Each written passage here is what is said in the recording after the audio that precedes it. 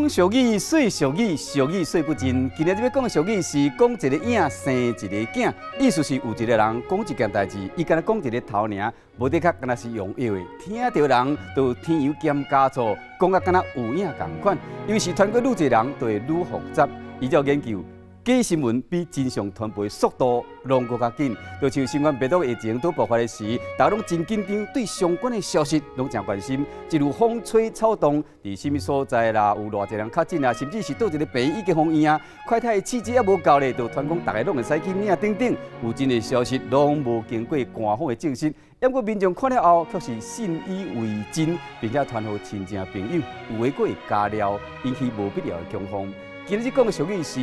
讲一个影生一个囝。